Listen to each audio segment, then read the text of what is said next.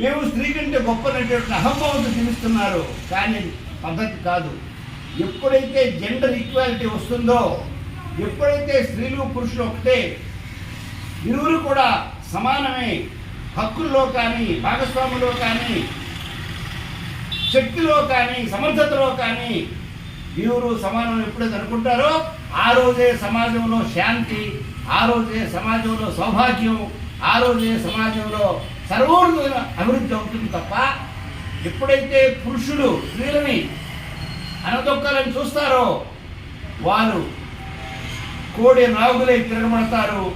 సమాజం మీదే కాకుండా పురుషుల మీద తిరగబడతారు. తద్వారా సమాజం అశాంతి గురవుతుంది. కాబట్టి నా బ్రదర్స్ ఆఫ్ మెన్, నా సోదరులైనటువంటి పురుష లోకానికి నా సందేశం ఏంటంటే, పురుషాధిక్యత అనేది ఈనాడు పురాణంలో ఉంది తప్ప ఈనాడు ఎక్కడ కూడా పురుషాధిక్యత అనేటువంటి పద్ధతి కాదు. ఒకరు ఉన్నప్పుడు కూడా దాన్ని జెండర్ ఈక్వాలిటీ ప్రయత్నం చేయమని, అలాగే సివిఎల్ పద్మజ లాంటి వారు ముందుకొచ్చి,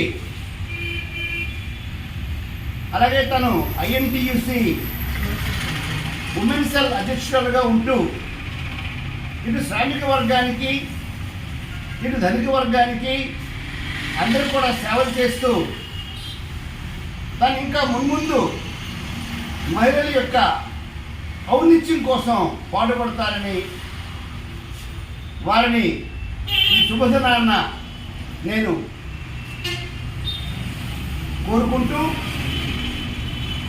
అంతర్జాతీయ మహిళా దిన సందర్భంగా